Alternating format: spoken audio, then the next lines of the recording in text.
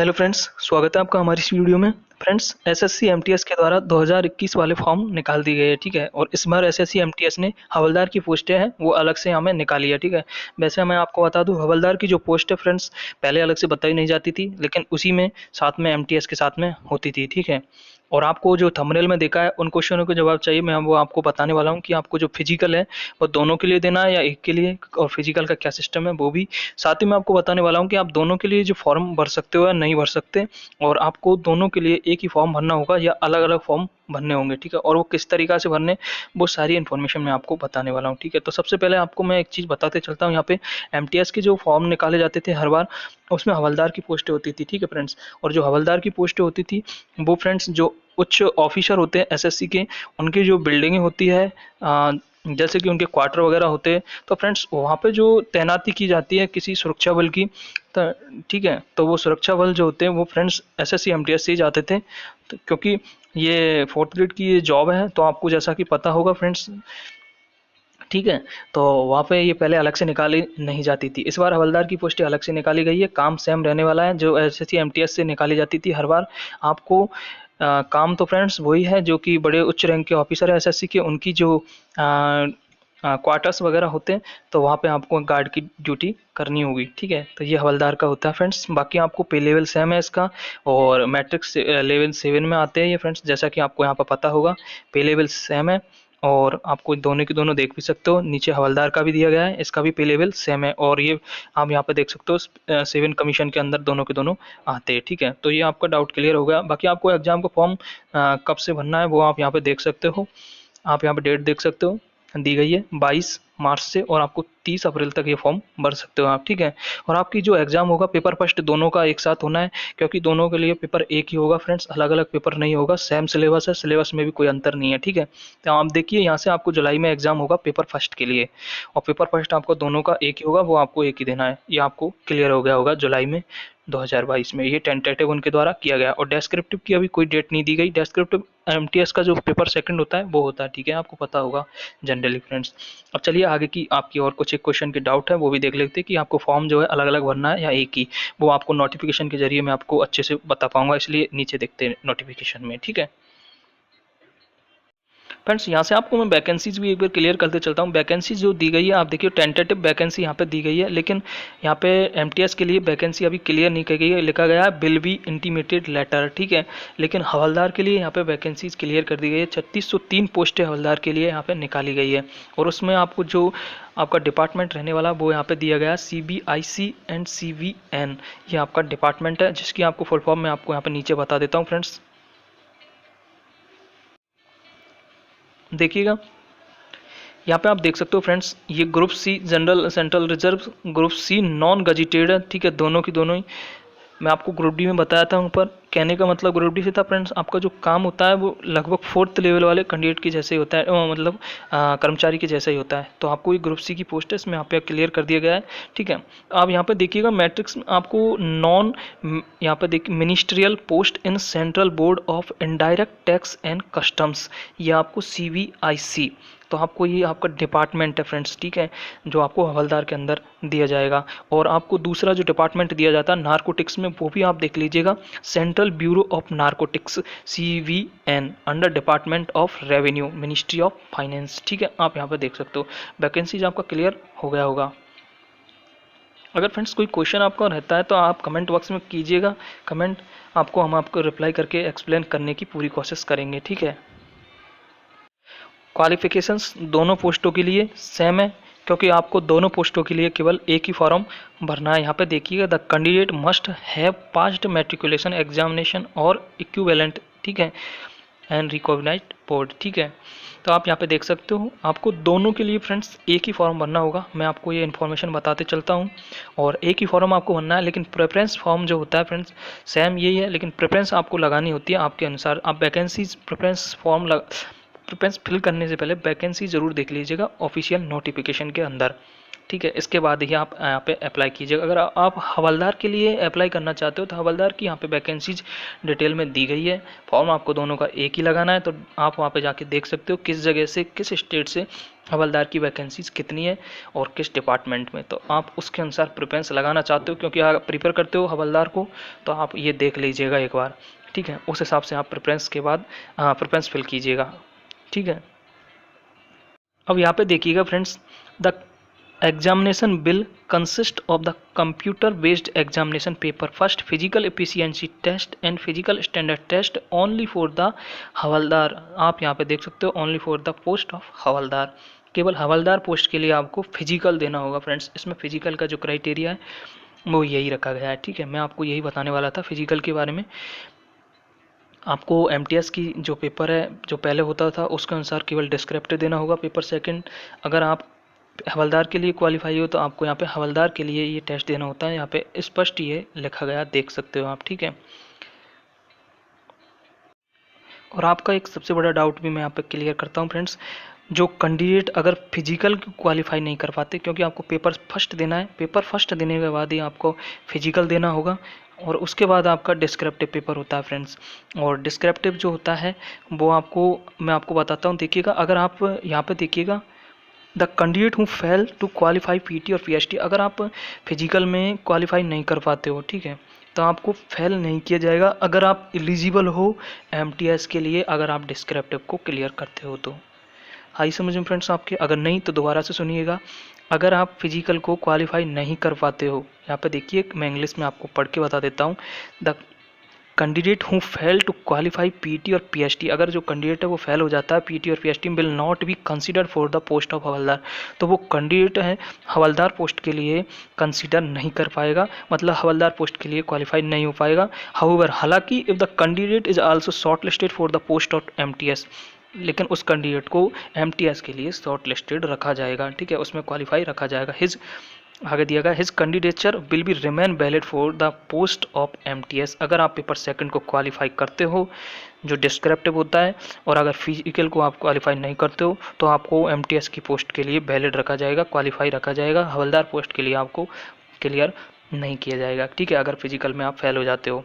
और जो आपको पेपर सेकंड है उसका क्वालिफाइंग नेचर है, तो आपको बता दूं जो उसके कितने नंबर उसके परसेंटेज लाने होते हैं। यूआर कैंडिडेट को 40 और अदर जो कैंडिडेट है उनके लिए 35 नंबर लाने होते हैं। परसेंटेज दिया गया फ्रेंड्स, टोटली 50 नंबर का ये पेपर होता है, उसमें से आपको ये लाने होते हैं, ठीक है। तो पेपर सेकंड जो डिस्क्रिप्टिव होता है उसके लिए मैंने ये बताया आपको, ठीक है। तो इस तरीक़ा से आपको ये करना है फ्रेंड्स। और एक इन्फॉर्मेशन और बता देता हूँ फ्रेंड्स, अगर आप हवलदार के लिए फिजिकल को क्वालिफाई करते हो पीएटी और पीएचटी के लिए स्टैंडर्ड टेस्ट के लिए, और आपकी जो एफिशिएंसी टेस्ट होता है उसके लिए, ठीक है, अगर इसको आप क्लियर करते हो तो आपको डायरेक्ट ही हवलदार के लिए नहीं चुना जाएगा। उसके लिए आपको जो पेपर सेकंड होता है वो भी क्वालिफाई करना होगा फ्रेंड्स, ठीक है, जो डिस्क्रिप्टिव होता है। तो यहाँ पे दिया गया है for the post of havildar based on the यहाँ पे देखिए परफॉर्मेंस इन पेपर फर्स्ट। बाकी आपको फाइनल जो कट ऑफ बनती है पेपर फर्स्ट के अनुसार बनती है, ये पहले से पता है, ठीक है। इसके बाद qualifying in PET and PHT and scoring the cut off marks in paper second. इसका मतलब है पेपर सेकंड में आपको जो उनकी कट ऑफ जाती है, ये क्या फ्रेंड्स क्वालिफाइंग होता है नेचर इस पेपर का सेकंड का। तो अगर जो कट ऑफ फिक्स की जाती है उसको आप क्वालिफाई करते हो और फिजिकल में भी आप क्वालिफाई करते हो तो आप हवलदार पोस्ट के लिए एलिजिबल माने जाओगे। अगर आप फिजिकल को क्वालिफाई नहीं करते हो तो केवल आप एमटीएस के लिए ही एलिजिबल माने जाओगे। ये आपके लिए एक इंपॉर्टेंट न्यूज़ थी। अगर वीडियो पसंद आए तो फ्रेंड्स शेयर ज़रूर कीजिएगा इस वीडियो को, क्योंकि ये काफ़ी सारे लोगों की डाउट्स है वो क्लियर हो जाएंगे, ठीक है। और आगे की चीज़ें और मैं आपको बता देता हूँ, दोनों के लिए जो फॉर्म भरना है वो किस तरीक़ा से है। फ्रेंड्स जो प्रेफरेंस का है, प्रेफरेंस आप देखिएगा, मैं आपको जी में समझा देता हूँ। आपको प्रेफरेंस फॉर्म होता है अगर हवलदार के लिए लगाना है तो नंबर 11 पर देखिए आप, मैं आपको एक जनरली इसके बारे में बता रहा हूँ, बाकी काफ़ी जगह और भी दिया गया है। तो हवलदार देखिए आपको चंडीगढ़ 11 नंबर दिया गया है, तो आप 11 को सेलेक्ट करते हो तो केवल आप हवलदार के लिए सेलेक्ट होते हो। अगर आप उसके बाद 12th को भी सेलेक्ट करते हो जिसमें एमटीएस दी गई है चंडीगढ़ से, तो आप दोनों के लिए होते हो। और वो आपको मैं बता चुका हूँ कि आप दोनों में से तो हवलदार को कैसे पा सकते हो जॉब को, या फिर एमटीएस को कैसे पा सकते हो, ठीक है। क्योंकि आपको फिजिकल अगर फेल होते हो तो आपको एमटीएस का पेपर सेकंड क्लियर होने पर केवल एमटीएस में रखा जाता है। और फिजिकल को पास करते हो तो आप हवलदार के लिए प्रेफरेंस भरते हो मुख्य रूप से, तो आपको हवलदार सेलेक्ट किया जाएगा, ठीक है। तो ये आपको प्रेफरेंस का हो गया होगा। आपको प्रेफरेंस इसी तरीक़ा से लगानी है, जैसे मैं आपको नीचे बताते चलता हूँ। आप यहाँ पे देखिए जयपुर हवलदार दिया गया है फ्रेंड्स, इसमें आप इसको सेलेक्ट करते हो केवल, तो आप केवल हवलदार के लिए प्रिपेयर होते हो, जयपुर से एमटीएस के लिए प्रिपेयर नहीं होते। अगर आप राजस्थान, क्योंकि स्टेट आपको मैं बता चुका हूँ, क्योंकि स्टेट का भी इसमें सिस्टम होता है फ्रेंड्स। अगर स्टेट आप लगाते हो राजस्थान, तो आपको एमटीएस के लिए केवल क्वालिफाई किया जाएगा। अगर दोनों को लगाते हो आप, तो दोनों के लिए आप यहाँ पे प्रिपेयर होते हो, ठीक है। तो ये एक इन्फॉर्मेशन है आपके लिए जो कि काफ़ी ज़्यादा इंपॉर्टेंट होने वाली है फ्रेंड्स। अगर वीडियो पसंद आए तो लाइक भी कर दीजिएगा, और भी इन्फॉर्मेशन मैं आपको बताने वाला हूँ, तो कंटिन्यू बने रहिएगा।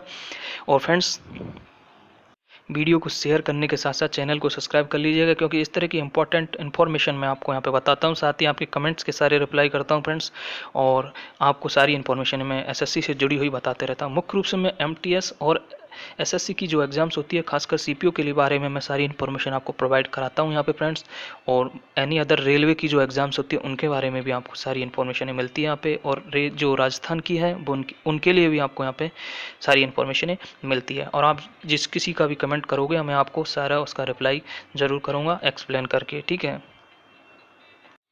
अब फ्रेंड्स अंतिम बात रहती है फिजिकल को लेकर। तो फिजिकल की मैं आपको यहाँ पे दिखाता हूँ एक बार, ये देखिएगा। फिजिकल जो होता है फ्रेंड्स, आपको एफिशिएंसी टेस्ट और स्टैंडर्ड टेस्ट देना होता है फॉर द पोस्ट ऑफ हवलदार के लिए, जिसमें आपको सीबीआईसी एंड सीबीएन डिपार्टमेंट दिया जाता है, ठीक है। तो उसके लिए आपको जो फिजिकल है, आप देखिएगा मेल कैंडिडेट के लिए आप यहाँ पे देखिएगा, आपको वॉकिंग है वो देखिएगा। वॉकिंग के लिए आपको 1600 मीटर 15 मिनट में चलना होता है फ्रेंड्स, और फीमेल के लिए 1 किलोमीटर चलना होता है 20 मिनट में।